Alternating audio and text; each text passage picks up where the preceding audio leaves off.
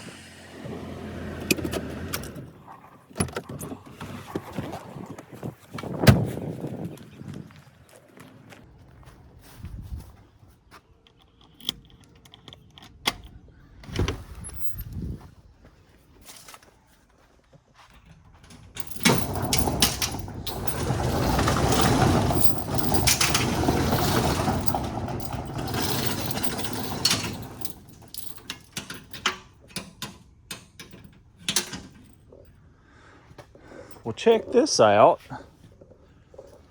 I've done a little work lately. I've got my bathroom framed out. I think in one of my last videos I was showing what I was planning on doing. So I've got that started. I hope to work on it a little bit today. I was planning on filming that, but it was one of those deals. I had to work nights, so I stayed up all night one night and framed all this. So I've still got quite a bit to do on it, but it's started. It's started. Update number 1 on the cheap Infiniti. I've had a few, I don't know what you would call them, reach outs on the Facebook marketplace, and I'm pretty positive 100% of them were scams. Like, I hate Facebook Marketplace. That seems to be the best way to sell stuff nowadays. So let's see if this thing will crank. This is one thing I like to do on my off days. I like to crank the vehicles, let them run a while. Woo! Touch steamy in this bad boy. Look at that.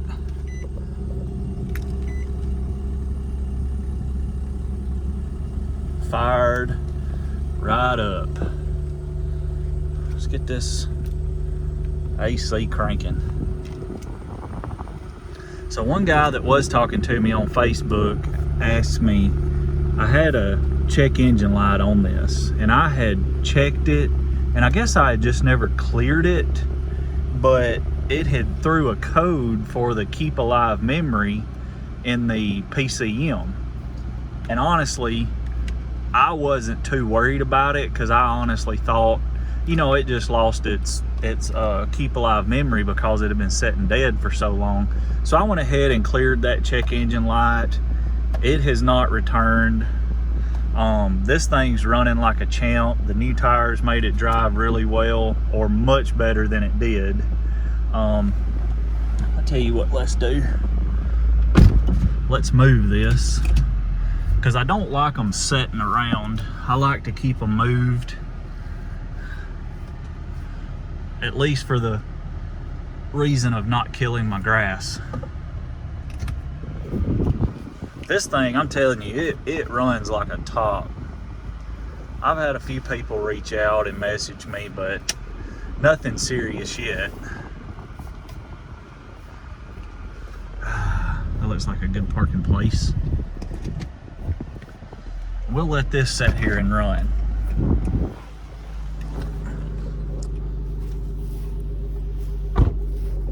Let's go over to the Mustang.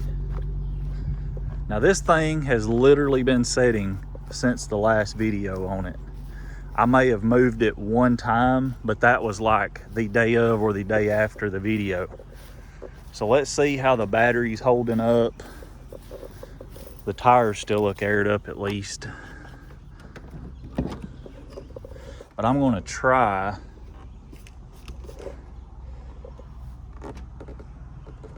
to figure out maybe a little bit of the wiring issue on this. Battery is connected. Let's see what it do. Whew. Oh man.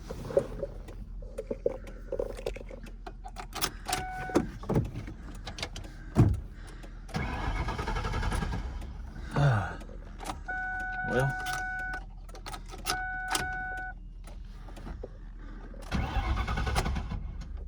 all right, I'm glad this kind of done this. This is the issue the guy that I bought it from said it was having. It won't crank all the time. So here's what I'm fixing to do, and we're going to test something. Gosh, it is hot in here. So what I'm going to do real quick, I'm going to cut the camera off, but I'm going to switch back to this key that it come with, the one that's all boogered up. I'm going to switch this key and ignition back into it and see if that changes anything, okay? So I'll be right back. All right, I got those ignition switches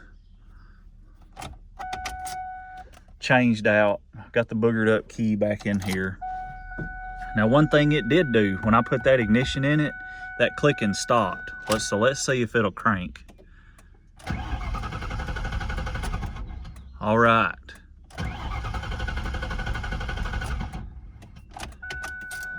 So we're still not cranking, which is great, because that tells me that it's not the keys themselves. It still could be the pads. So let's move on. One update I want to give on the Cobra, I'm letting it kind of air out. I mentioned, kind of teased in the last video about a pickup I was doing, like I was going to go get something for the Mustang. And I made that pickup, I got what I was going to get. When I say pickup, I mean I went and got it. I went and picked up what I was getting. So I just want to show you what I went and got. And I figure some of you, if you're into cars or Cobras, you'll know exactly what this is for. And you'll probably know the direction I'm going with it. Now, with that being said, I was very torn about what I wanted to do with the Cobra. Now, it is my intention to change the transmission, get it not running, but it does run sometimes. but get it running where I can trust it, drive it, have fun with it for a little while. My ultimate goal was, when I was younger, I wanted to like twin turbo my original Cobra. And if you don't have like a Texas block, that's kind of hard to do. And that car being the, I think it's got a alleged Mach 1 engine. Well, if it does, it's not a Texas block, so they're not as strong. So I'm racking my brain. I'm like, well, I can find a Texas block for about $500. But then you're talking about putting thousands of dollars into it just to get back to where my original Cobra was. And I'm not dogging the Mach 1 engines. They're super fun, make good power. But my goal is 1,000 crank horsepower with that car. Now, I've been stewing with this in my brain for a while. The easy way out is LS swap. And I mean, that was my intent, was to go LS. Well, then I got to thinking, like, if I'm gonna put the time in it and do what I want to this car, I couldn't make myself do an LS because I wanted to buy a VIN Cobra. Like, I wanted a Cobra. And I just felt like it was kind of sacrilege to LS swap a real Cobra. Well, and then mine not having, which it was an 01, so it wouldn't have had a Texas block anyways. I've looked for Mark 8s to try to find a Texas block and crank to start with. And then I got to doing some researching and building in my head. And this is what I come up with. Check this out. That, my friends, is a Lincoln Navigator. Now, some of you will know, if you're car people, you'll know exactly where I'm going with this. If you don't know, I'm going to explain it to you. So let's get into that.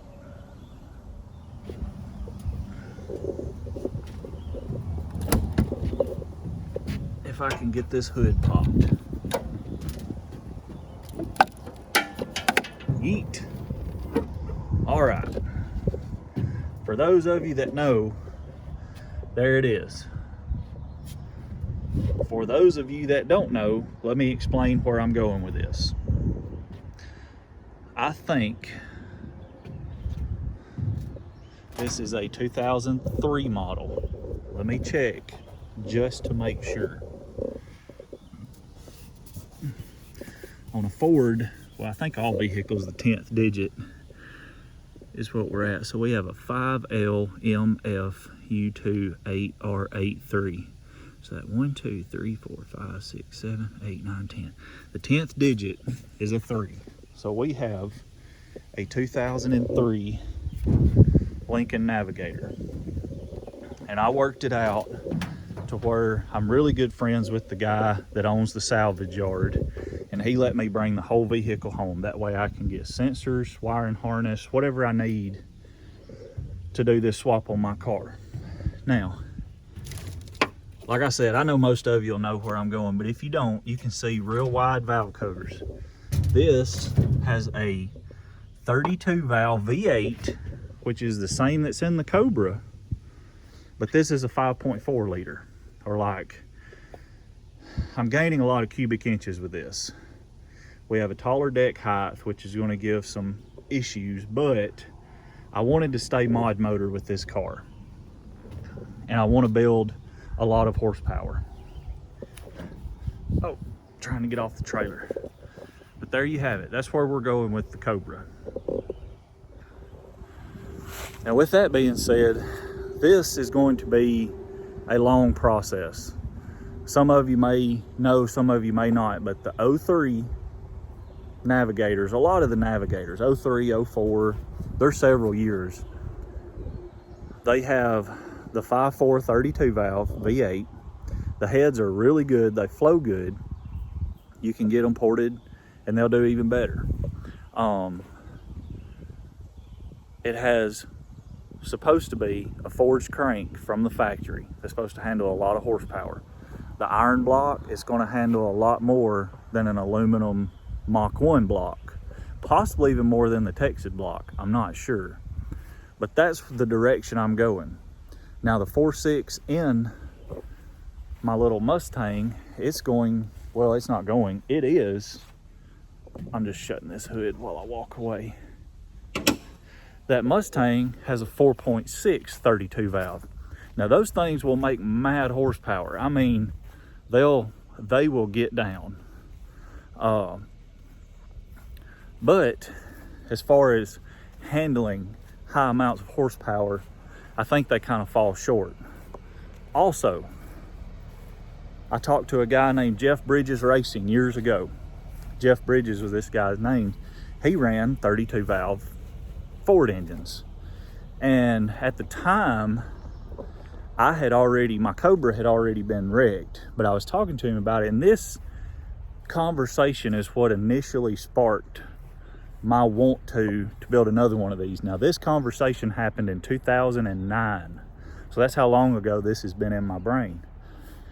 So Jeff Bridges told me he ran it was like a 09 Mustang with a 32 valve Ford motor, and this cat was running like, I think he was running in the 10s and a quarter, and back then that was getting down. Now it was a tube chassis car, it was pretty quick, but he told me that to get a 4.6 to where he needed it, he had to turn it to 10,000 RPM.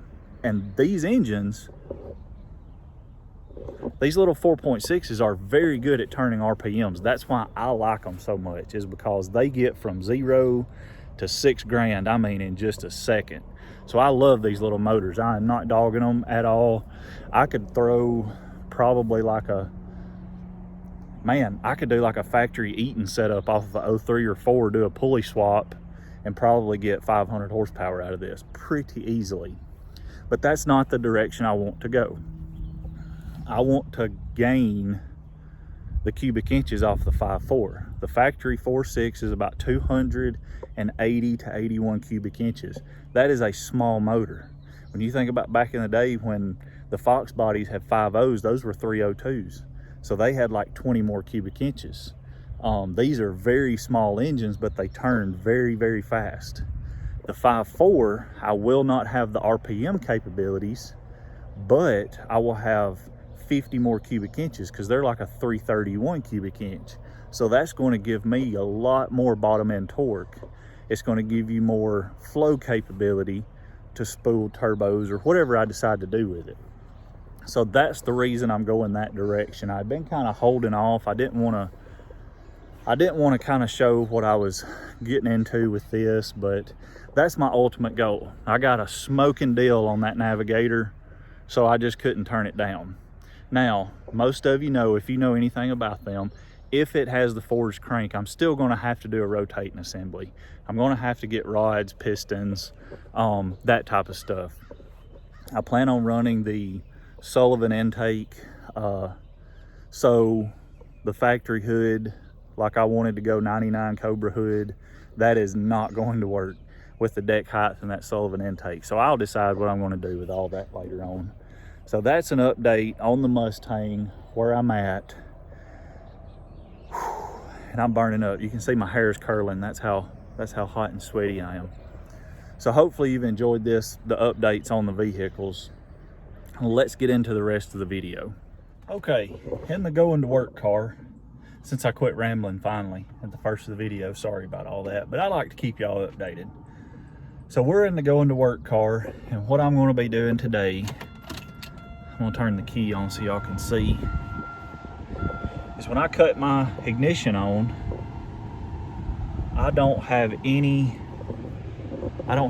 display on my, like my mileage doesn't display on my instrument cluster. And I kind of researched it. That's kind of a common problem. So I took a chance and I got one locally, we'll say from somebody, and we'll see if it works. It was cheap enough, it doesn't matter. But what I was going to do, the biggest reason I went this direction, is if that cluster I got does not work, then I will try to fix it, because I've rebuilt like the Silverado clusters with the little stepper motors, and this kind of has the same issue with that. I think it's some little diodes or something, light bulbs, that go bad and they don't work. So if I get this other cluster in and it works, that's fine. I just need to know my mileage, because I drive a long way to work, and so I just keep my gas tank full. And like oil changes, I just write 3 months down on a sticker and put it on the windshield, and that's when I change the oil. But I like to be a little more accurate than that. So we're gonna see if that other cluster works. So honestly, I really don't know the mileage. When I bought this, the last known mileage was 140,000. I figure it's got quite a bit more than that now, probably 160, 180, something like that. So I'm not really worried about the mileage being wrong. I don't plan on selling this. This is a good car. So let me see if I can get this cluster out without breaking anything. All right. Ooh, I'm sweaty. I'm getting sweat everywhere in my car. So the first thing we have to do is we have to take this trim panel off, and it runs the whole dang length of the dash. It's all around through here. But luckily, there's only one screw, and it's in the very end of this side over here. It's like a 7mm or a Phillips. And that's the only one you have to take out. And it should just pop out. I think there's a little lip right here by the radio, but I think it'll kind of turn down. We'll see. I have my steering wheel all the way to the bottom setting. So let's see if we can get this bezel off.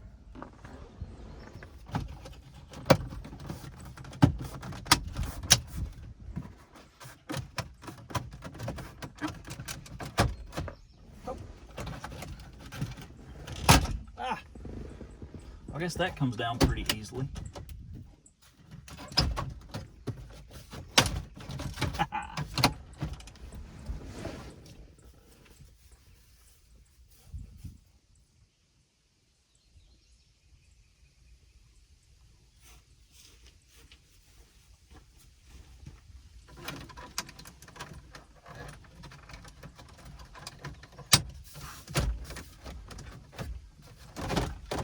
Oh yeah.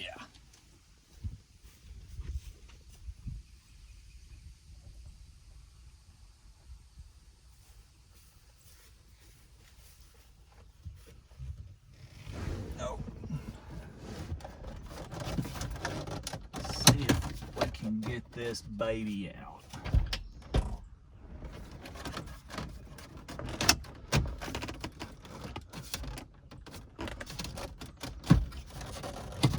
All right, Meow, what am I hanging on? It is this lip. It does have a pretty good, there it went. Okay, it wasn't too bad.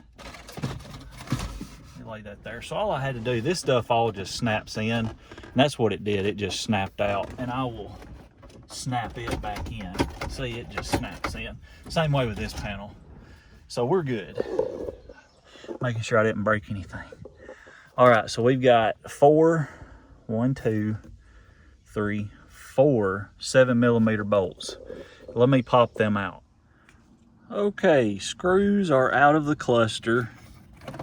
These ain't that hard to get out, but I wanted to show you what we have to do next. This only has the one connector right here, and it's not that hard to get out, but I'm gonna have to use both hands. That's why I won't be able to do it on camera. Well, I may be able to.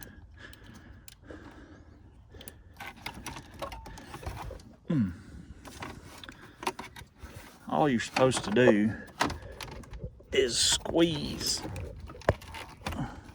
those together. Come on, Big Daddy. All right, I'm gonna have to do it off camera. I got it. I got it out. Okay, here we have our slightly new used one. That's our original one. I'll probably end up writing on these which one they are. So let's see if we can slide this bad boy in here. These are actually really simple clusters to do, which I did research online, and it said you don't have to program keys or anything like that.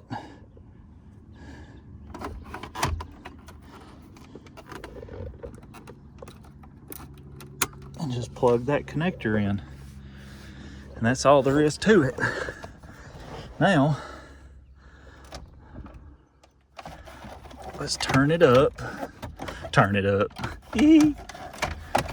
Like Little John. Yeah. All right, cluster is in. Where's my keys?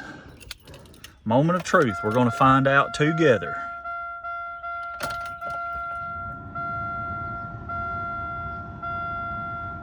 Looks like we have the exact same problem.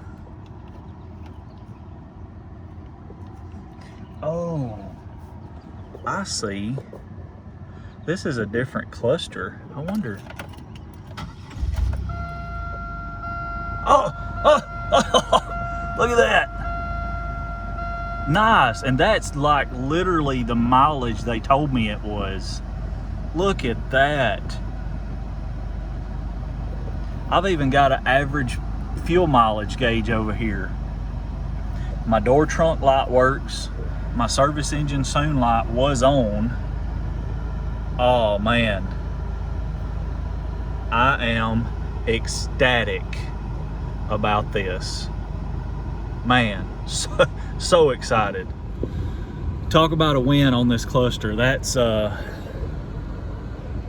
big deal to me. That made me feel good. So let me get this sucker snapped back together and we'll be back, because basically putting it back is just the same way as taking it apart. Four screws in the cluster, snapping this bezel back on, and then snapping the other covers back on, and then we'll be back. What an absolute win on the used instrument cluster.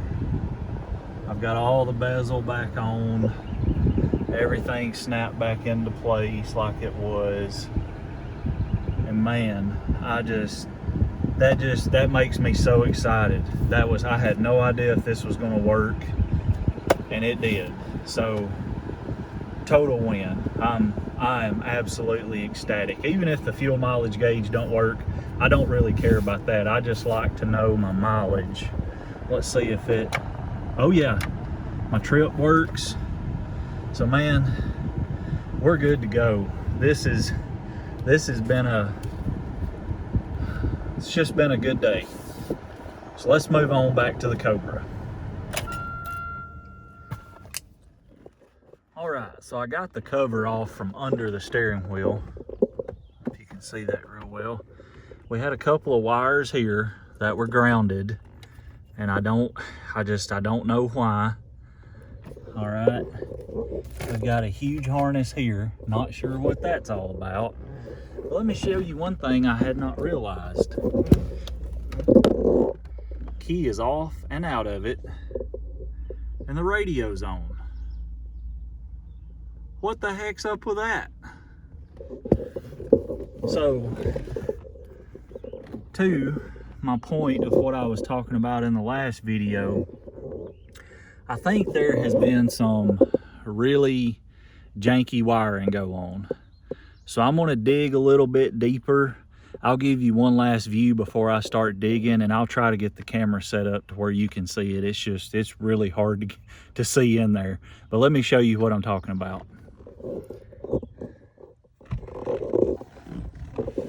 All right, we've got a big harness here which has those wires that were grounded. It runs over here, up inside the dash, and I really don't know what that is. So let me see if I can get the camera set up to where we can see it, and I'm just going to dig a little bit. So here's the harness we're after. I want to see if I can shed some light on this situation. So this harness runs over to towards the door. It runs back, way back over here, and that's what is tied into all this mess. Oh, you can't see that on camera. Let me show you. Right there. Let's see if I can get it to stay there. All right, so this harness runs over here into all of this mess. This is one big wad of nastiness going into something, and that's what I'm going to be looking into first.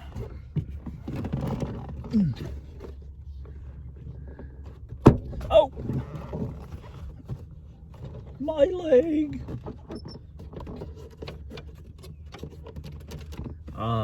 I see. We've got wires running up even all around the A-pillar. So I'm gonna put that seal back and see if we can't get into this harness a little bit. This is not good for my back, let me tell you. Oh, that ain't coming off. Get my shades off, that might help. So I can see a little bit, anywho's. I'm not sure, and I can't figure out. There's like a module right here, and this wiring is tied all into it. And if that's the body control module, whoever done this is just, I don't want to say dumb, but they really are not too smart. That's the thing. People just tying into whatever. Let me splice this wire here. It may be a wire you're not supposed to splice into. Let's see. And then, of course, it has 15 miles of electrical tape on it. Like that's going to help anything.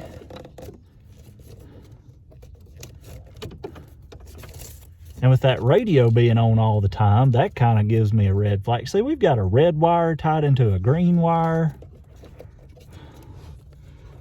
Oh man, folks, this is, somebody just had a field day with this bad boy. And I ain't trying to dog on everybody. A lot of people will do it right, but a lot of people do it wrong too. Hence what we're looking at.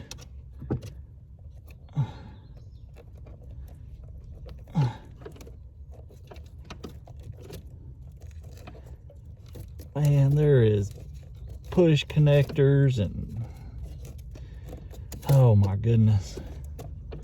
I may have to try to find some factory wiring diagrams here. Look at this. We've got a wire where you just crimp it into a wire here. It comes right here. It's crimped into another wire that is spliced with this offshoot that runs into this splice that runs into a blue wire. And this green wire is hooked up to a red wire. Oh my gosh. Okay. Hold on one second.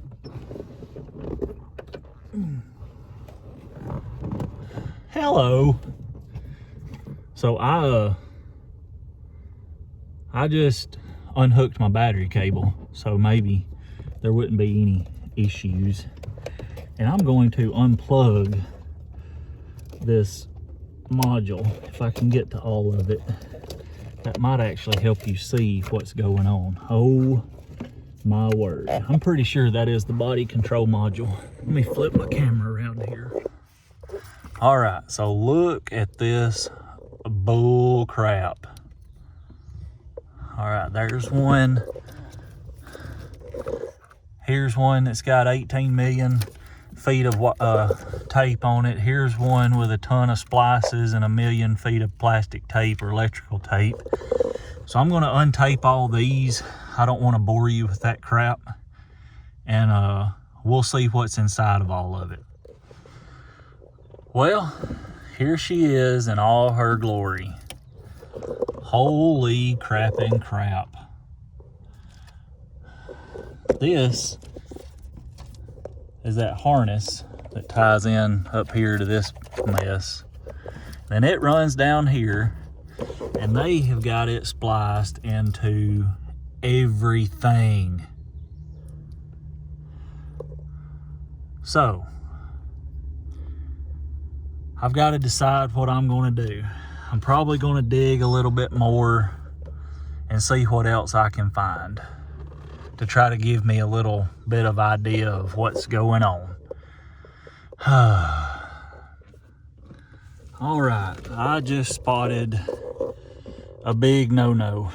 So right in the back of the fuse box, let me get to where I can see it, that white with a pink tracer, that wire is cut and just run over here to this black wire that feeds this harness. So I don't know, well, I do know that this is the radio harness. And I've already fixed most of it because I just cut this crap out. And the way I know it's the radio harness is because this little friggin' antenna, it's got a telephone on it.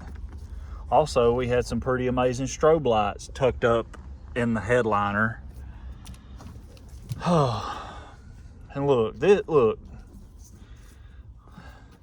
this is not how you do stuff. I get it, it's soldered and crimped, but you've got a foot of black wire hooked on to 3 inches of speaker wire, spliced somewhere else. This is not the way to do stuff. I'll be back.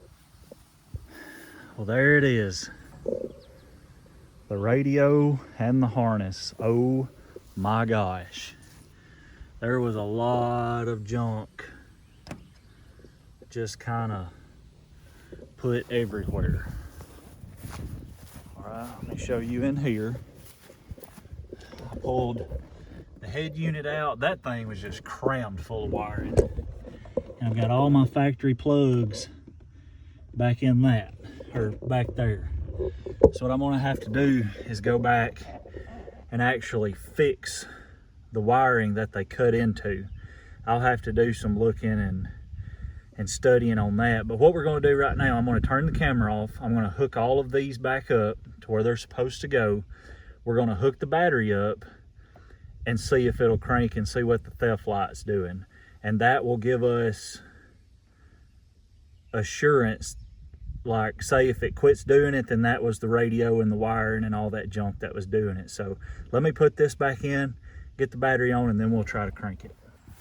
Okay, I've got everything hooked up, and we're gonna see what this is gonna do together. Now I'm gonna hook the negative back up, give us some power, and see what that does. So let's go in here.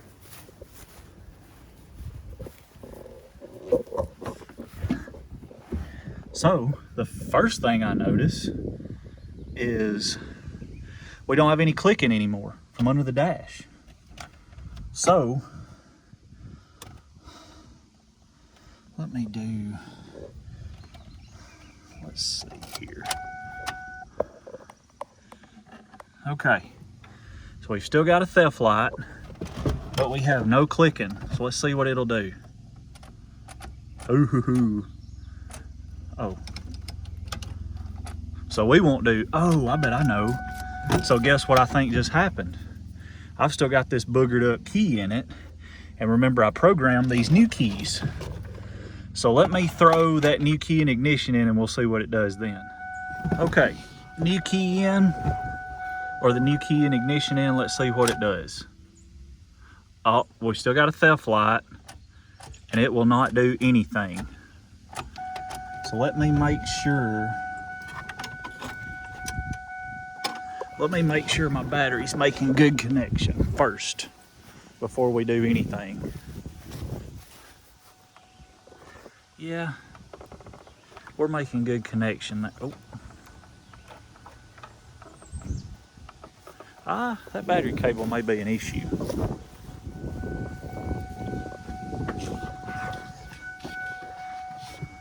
Second try.